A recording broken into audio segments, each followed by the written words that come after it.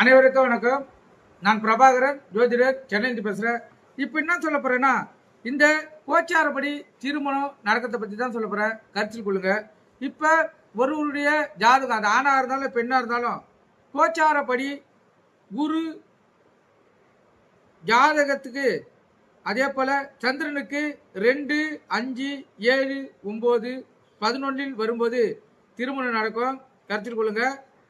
கோச்சாரத்தில் குரு ஜாதகருக்கு சந்திரன் நிற்கும் 2, 5, 7, 9, 11 வரும்போது திருமணம் அவங்களுக்கு நடைபெறும். கருத்தில் கொள்ளுங்க.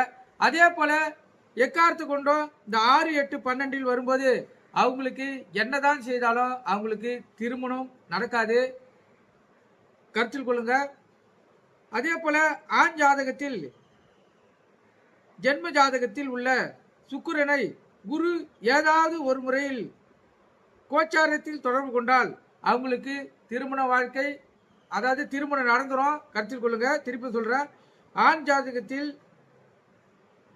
கோச்சாரத்தில் சுக்கிரன் எந்த இடத்தில் நிற்கிறதோ அதை குரு ஏதாவது ஒரு முறையில் தொடர்பு கொண்டால் அவங்களுக்கு திருமணம் நடந்துடும்.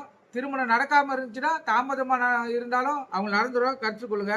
அதே போல பெண் ஜாதகத்தில் செவ்வாய் எந்த இடத்தில் இருக்கிறதோ கோச்சாரத்தில் சுக்கிரன் ஏதாவது ஒரு முறையில் தொடர்பு கொண்டால் திருமணம் நடந்துடும். கருத்தில் கொள்ளுங்க.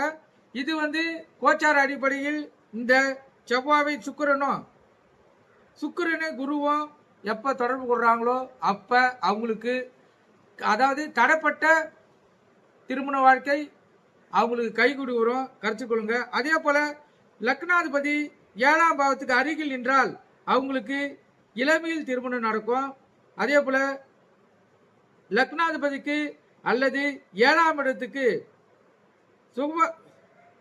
சுபர்கள் அருகில் இருந்தால் விரைவில் திருமணம் நடக்கும். கருத்தில் கொள்ளுங்க. இது முழுக்க முழுக்க முன்னோர்கள் கருத்து. அதான் லக்னத்துக்கு நல்லது செய்ய இருப்பாங்க. அவங்க 7ஆம் இடத்திலேயோ இல்லை 7ஆம் இடத்து அடுத்த கட்டத்திலேயோ இருந்தாங்கன்னா அவங்களுக்கு மிக விரைவில் திருமணம் நடக்குன்னு முன்னோர்களுக்கு கருத்து கொண்டு பயன்பெறுங்க. நன்றி, வணக்கம்.